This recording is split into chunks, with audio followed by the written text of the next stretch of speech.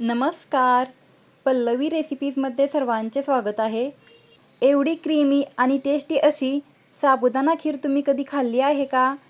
आज आपण Ashadhi Ekadashi special दाटसर creamy आणि टेस्टी अशी साबुदाणा खीर बनवणार आहोत. ही खीर बनवायला खूप सोपी आहे व झटपट बनून तयार होते. क्रीमी दाटसर आणि टेस्टी साबुदाणा खीर कशी बनवायची ते आज आपण या व्हिडिओमध्ये पाहणार आहोत. ही साबुदाणा खीर बनवायला खूप साधी सोपी आहे. कोणीही बनवू शकेल अशी ही रेसिपी आहे आणि ही साबुदाणा खीर बनवायला वेळ देखील जास्त लागत नाही.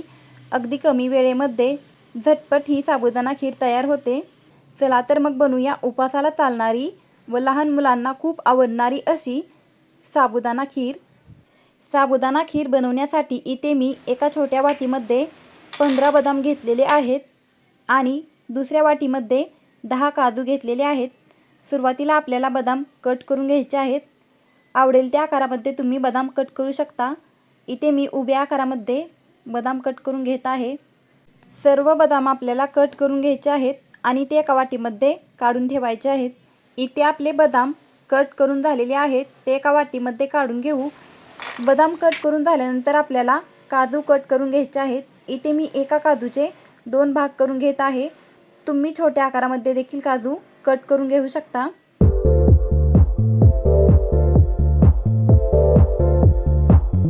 इथे आपले काजू देखील कट करून झालेले आहेत. नंतर ते एका वाटीमध्ये काढून ठेवायचे व खीर बनवण्यासाठी लागणारे साहित्य इथे आपण पाहू. 1 वाटीभर भिजवलेला साबुदाणा, अर्धी वाटी साखर, 4-5 वेलची, केशर आणि कट केलेले काजू व बदाम घ्यायचे आहे व 4 चमचे तूप आणि 1 ग्लास दूध घ्यायचे आहे. नंतर गॅसवरती एक पातेले ठेवायचे, त्याच्यामध्ये 4 चमचे तूप घालायचे. तूप गरम झाले की नंतर त्याच्यामध्ये कट केलेले बदाम घालायचे व 1 मिनिटासाठी आपल्याला बदाम तुपामध्ये तळून घ्यायचे आहेत. कमी ते मध्यम गॅसवरती 1 मिनिटासाठी इथे मी बदाम तुपामध्ये तळून घेतलेले आहेत. नंतर त्याच्यामध्ये आपल्याला कट केलेले काजू घालायचे आणि मिक्स करून घ्यायचे आणि आपल्याला काजू व बदाम अजून 1 ते 2 मिनिटासाठी तुपामध्ये तळून घ्यायचे आहेत. गॅसची फ्लेम आपल्याला कमी ते मध्यमच ठेवायची आहे. कमी ते मध्यम फ्लेमवरती आपल्याला काजू आणि बदाम तुपामध्ये तळून घ्यायचे आहेत. इथे आपले काजू आणि बदाम तुपामध्ये छान असे तळून झालेले आहेत. नंतर ते काढून आपल्याला एका वाटीमध्ये ठेवायचे आहेत व नंतर पातेल्यामध्ये आपल्याला भिजवलेला साबुदाणा घालायचा आहे आणि तोही आपल्याला तुपामध्ये मिक्स करून घ्यायचा आहे व कमी गॅसवरती आपल्याला साबुदाणा 1 ते 2 मिनिटासाठी तुपामध्ये परतवून घ्यायचा आहे व नंतर तो काढून एका प्लेटमध्ये ठेवायचा. इथे मी साबुदाणा रात्रीत पाण्यामध्ये भिजत घातलेला होता. तुम्ही 2 ते 3 तासासाठी देखील साबुदाणा पाण्यामध्ये भिजत घालू शकता. इथे आपला साबुदाणा परतून झालेला आहे. नंतर तो काढून एका प्लेटमध्ये ठेवायचा व नंतर त्याच पातेल्यामध्ये आपल्याला 1.5 ग्लास पाणी ओतायचे आहे. पाण्याला उकळी आली की नंतर त्याच्यामध्ये आपल्याला परतून घेतलेला साबुदाणा घालायचा आहे आणि तो चमच्याने मिक्स करून घ्यायचा व कमी ते मध्यम गॅसवरती आपल्याला हा साबुदाणा 6 ते 7 मिनिटासाठी शिजवून घ्यायचा आहे. तो शिजवत असताना आपल्याला मध्ये मध्ये मिक्स करत राहायचा आहे म्हणजे तो पातेल्याला खाली चिटकणार नाही. इथे आपली साबुदाण्याची खीर शिजत आहे तोपर्यंत आपल्याला वेलची बारीक करून घ्यायची आहे. इथे मी एका पोळपाटवरती 5 वेलची सोलून घेतलेली आहे आणि नंतर त्याच्यामध्ये थोडीशी साखर घातली व या वेलचीची आपल्याला बारीक पावडर करून घ्यायची आहे. इथे साबुदाण्याची खीर शिजत आहे, आपल्याला ती मध्ये मध्ये चमच्याने मिक्स करत राहायची आहे. तर इथे साधारणतः मी 6 ते 7 मिनिटासाठी ही साबुदाण्याची खीर कमी गॅसवरती शिजवून घेतलेली आहे. नंतर त्याच्यामध्ये मी 1 ग्लास दूध घातले.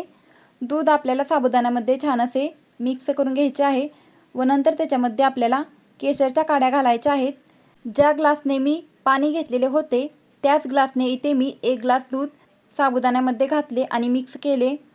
केशरच्या काड्या घातल्यानंतर त्याच्यामध्ये अर्धी वाटी साखर घालायची आणि केशरच्या काड्या आणि साखर दुधामध्ये छान अशी मिक्स करून घ्यायची व नंतर अजून आपल्याला कमी गॅसवरती 6 ते 7 मिनिटासाठी ही साबुदाण्याची खीर शिजवून घ्यायची आहे व साबुदाण्याची खीर शिजवत असताना आपल्याला ती मध्ये मध्ये चमच्याने मिक्स करत राहायची आहे व पातेल्याच्या कडेने आलेली साई देखील आपल्याला चमच्याच्या साहाय्याने काढायची आहे आणि ती देखील आपल्याला खीरीमध्ये मिक्स करत राहायची आहे. तर साधारणतः इथे मी कमी गॅसवरती 3 ते 4 मिनिटासाठी ही साबुदाणा खीर शिजवून घेतलेली आहे व नंतर त्याच्यामध्ये आपल्याला तळून घेतलेले काजू व बदाम घालायचे आहेत। तुम्ही ते व्हिडिओमध्ये पाहू शकता, खीर छान अशी दाटसर झालेली आहे। नंतर आपल्याला खिरीमध्ये केशरचे दूध घालायचे आहे व इथे मी एका वाटीमध्ये थोडे गरम दूध घेतलेले होते आणि त्याच्यामध्ये केशरच्या काही काड्या भिजत घातलेल्या होत्या। ते केशरचे दूध खिरीमध्ये घालायचे आणि मिक्स करून घ्यायचे व नंतर आपल्याला बारीक केलेली वेलची पावडर खिरीमध्ये घालायची आहे आणि ती देखील आपल्याला खिरीमध्ये मिक्स करून घ्यायची आहे व अजून कमी गॅसवरती आपल्याला ही खीर 2 ते 3 मिनिटांसाठी शिजवून घ्यायची आहे। खीर शिजवत असताना आपल्याला ती चमच्याच्या साहाय्याने मध्ये मध्ये मिक्स करत राहायची आहे।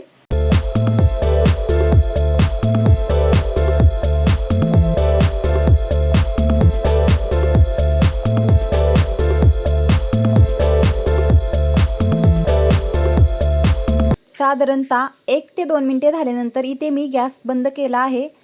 आपल्याला खीर जास्तही दाटसर होईपर्यंत शिजवायची नाही, कारण ही साबुदाण्याची खीर थंड झाल्यानंतर ती अजून जास्त दाटसर होते।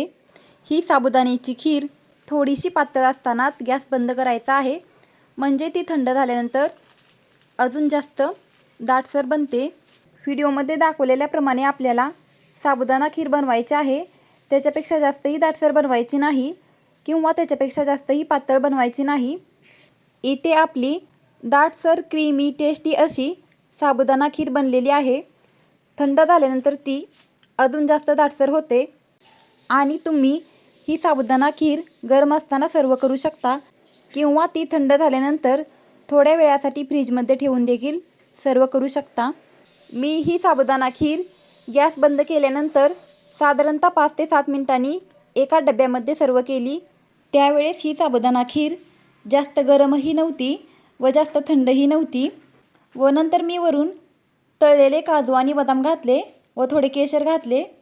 साबुदाणा खिरीमध्ये काजू, बदाम आणि केशर घालणे पूर्णपणे ऑप्शनल आहे, परंतु काजू, बदाम आणि केशर घातल्यामुळे साबुदाणा खीर टेस्टी बनते व ही साबुदाणा खीर दिसायला देखील छान दिसते।